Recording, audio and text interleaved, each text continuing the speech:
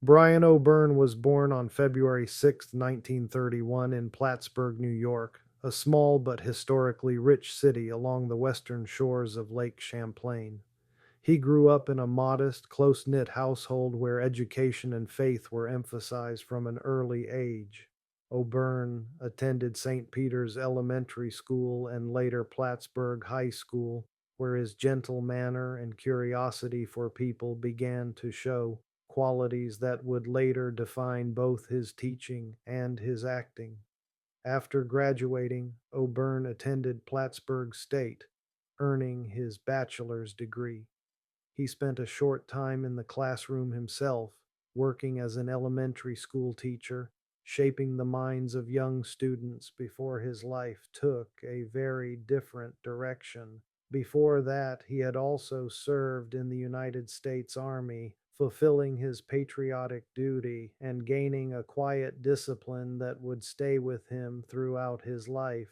Although teaching provided stability, O'Byrne found himself drawn increasingly toward the performing arts. The lure of storytelling, performance, and character work fascinated him. Eventually, he decided to make a bold change. He moved to New York City to pursue acting professionally. Those early years were difficult ones, filled with the usual struggle of auditions, small parts, and day jobs, but his persistence and humility made him a respected figure among peers. As opportunities expanded, O'Byrne later relocated to Los Angeles, hoping to take part in the rapidly growing world of film and television. His soft spoken presence and understated comedic sense earned him steady work throughout the 1960s and 1970s, a period during which he became a recognizable face on television. The Hollywood Reporter once noted that many of his on screen personas were quite milquetoast, yet that mildness became a sort of trademark. O'Byrne could convey humor, warmth, and nervous sincerity with only a look or a pause. He appeared in numerous popular television programs, including 6 episodes of Get Smart, the beloved spy comedy starring Don Adams. His film appearances range from major studio releases to family comedies. Notable credits include Million Dollar Duck, 1971, Gus, 1976, The Apple Dumpling Gang Rides Again, 1979, Alfred Hitchcock's Marnie, 1964, and Mel Brooks' Spaceballs, 1987. In The Apple Dumpling Gang Rides Again, O'Byrne delivers one of his more memorable comedic lines. Now, both of you, take a deep breath and hold. One, two, three. Beyond acting, Bryan O'Byrne had a tremendous influence behind the scenes as an acting teacher and coach.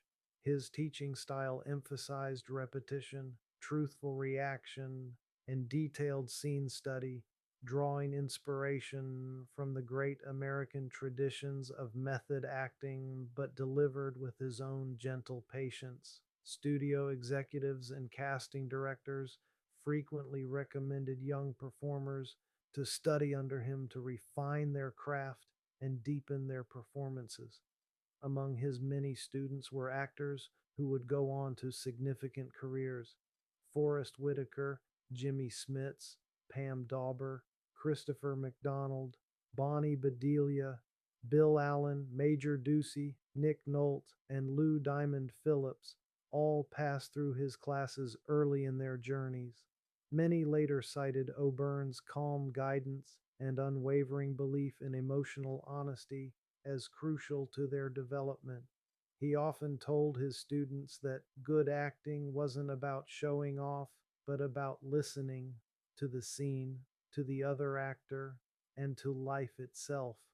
Professionally, O'Byrne remained active in several key organizations that defined mid century American performance. He was a proud member of the Actors Equity Association, the American Federation of Television and Radio Artists, and the Screen Actors Guild. His peers respected his fairness and professionalism, qualities that led to his appointment to the Emmy nominating committee based in Los Angeles, where he served with integrity and dedication. Outside his professional life, O'Byrne's story was marked by both devotion and quiet tragedy. He was married once, and though the details of his marriage remained largely private, his deep love for his family was well known among friends. His only son, Sean Kevin O'Byrne, died young, a loss that left an indelible mark on him. Yet he continued to channel his emotions into his art and his teaching, turning grief into empathy for the characters and students who came into his life.